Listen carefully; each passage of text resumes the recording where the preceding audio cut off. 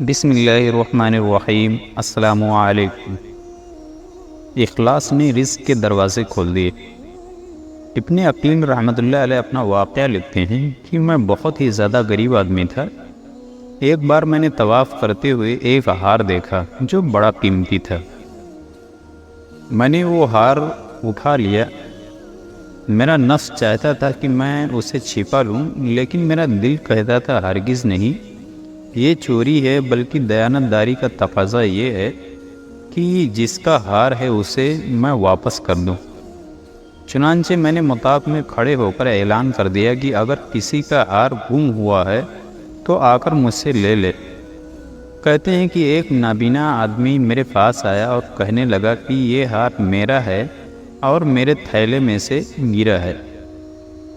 میرے نفس نے مجھے اور بھی ملامت کی کہ ہار تو تھا بھی نابینا کا، اس کا کسی کو کیا پتہ چلنا تھا۔ چھپانے کا اچھا موقع تھا، مگر میں نے وہ ہار اسے دے دیا۔ نابینا نے دعا دی اور چلا گیا۔ کہتے ہیں میں بھی دعائیں مانگتا تھا کہ اے اللہ، میرے لیے کوئی رزق کا بندوبست کر دے۔ اللہ تعالیٰ کی شان کہ میں وہاں سے حلہ آ گیا۔ یہ ایک بستی کا نام ہے۔ وہاں کی ایک مسجد میں گیا تو پتہ چلا کہ کچھ دن پہلے امام صاحب فوت ہو گئے تھے۔ لوگوں نے مجھے کہا کہ نماز پڑھا دو۔ جب میں نے نماز پڑھائی تو انہیں میرا نماز پڑھانا اچھا لگا۔ وہ کہنے لگے تم یہاں امام کیوں نہیں بن جاتے؟ میں نے کہا بہت اچھا۔ میں وہاں امامت کے فرائض انجام دینے شروع کر دیے۔ تھوڑے دنوں کے بعد پتہ چلا کہ جو امام صاحب پہلے فوت ہوئے تھے ان کی ایک جوان بیٹی ہے۔ وہ وصیت کر گئے کہ کسی نیک بندے سے اس کا نکاح کر دینا۔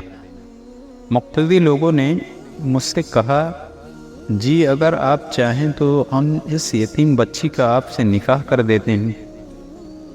میں نے کہا جی بہت اچھا۔ چنانچہ انہوں نے اس کے ساتھ میرا نکاح کر دیا۔ شادی کے کچھ عرصے کے بعد میں نے اپنی بیوی کو دیکھا کہ اس کے گلے میں وہی ہار تھا جو میں نے طواف کے دوران ایک نابینا آدمی کو لوٹایا تھا۔ اسے دیکھ کر میں حیران رہ گیا۔ میں نے پوچھا یہ ہار کس کا ہے؟ اس نے کہا یہ میرے ابو نے مجھے دیا تھا۔ میں نے پوچھا آپ کے ابو کون تھے؟ اس نے کہا وہ عالم تھے، اس مسجد میں امام تھے اور نابینا تھے۔ تب مجھے پتہ چلا کہ اس کے ابو وہی تھے جن کو میں نے وہ ہار واپس کیا تھا۔ میں نے اس کو بتایا کہ یہ ہار تو میں نے ان کو اٹھا کر دیا تھا۔ وہ کہنے لگی کہ آپ کی بھی دعا قبول ہو گئی اور میرے ابو کی بھی دعا قبول ہو گئی۔ میں نے کہا وہ کیسے؟ اس نے کہا آپ کی دعا تو اس طرح قبول ہوئی کہ اللہ تعالیٰ نے آپ کو گھر بھی دیا، گھر والی بھی دی اور رزق بھی دیا۔ اور میرے ابو کی دعا اس طرح قبول ہوئی کہ جب وہ ہار لے کر واپس آئے تو وہ دعا مانگتے تھے کہ اے اللہ، ایک امین شخص نے میرا ہار مجھے لوٹایا ہے، اے اللہ ایسا ہی شخص میری بیٹی کے لیے خاوند کے طور پر عطا فرما دے۔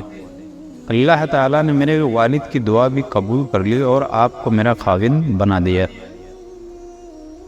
مخلص بندے کا کام اللہ تعالیٰ کبھی رکنے نہیں دیتے، اٹکنے نہیں دیتے، بلکہ کشتی ہمیشہ کنارے لگا دیا کرتے ہیں۔ اس بیان کو اپنے دوستوں اور جاننے والوں کو شیئر کریں تاکہ دوسروں کو بھی آپ کی ذات و مال سے فائدہ ہو اور یہ آپ کے لیے صدقہ جاریہ بھی ہو جائے۔ کیا پتہ اللہ تعالیٰ کو ہماری یہ ادا پسند آ جائے اور جنت میں جانے والوں میں شمار کر دے۔ اللہ تعالیٰ ہمیں علم سیکھنے اور اسے دوسروں تک پہنچانے کی توفیق عطا فرمائے۔ آمین۔ خدا حافظ۔ وآخر دعوانا الحمد للہ رب العالمین۔